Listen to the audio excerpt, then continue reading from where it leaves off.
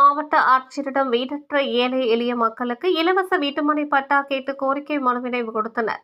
கிருஷ்ணகிரி மாவட்டம் ஊத்தங்கரை அருகே உள்ள கொன்னத்தூர் பகுதிகளில் கடந்த பல ஆண்டுகளுக்கு மேலாக வசித்து வரும் 20க்கும் மேற்பட்டவர்கள் நிரந்தரமான குடியிருப்புகள் இன்றி பெரும் சிரமத்திற்கு இடையில் வாடகை வீடுகளில் வசித்து வருகின்றனர்.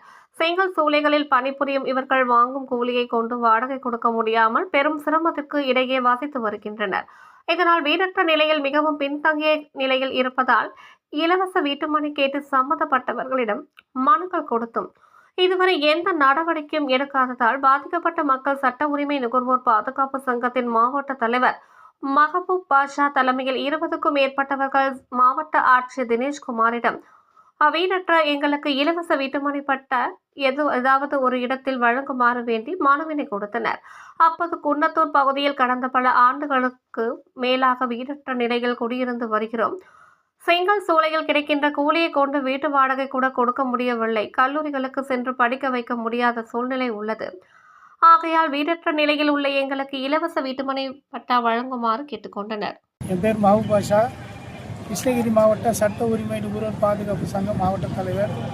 கிருஷ்ணகிரி மாவட்டம் குன்னத்தூரில் பார்த்திங்கன்னா எல்லாம் ஏழை எளிய மக்கள் அதிகமாக இருக்கிறாங்க.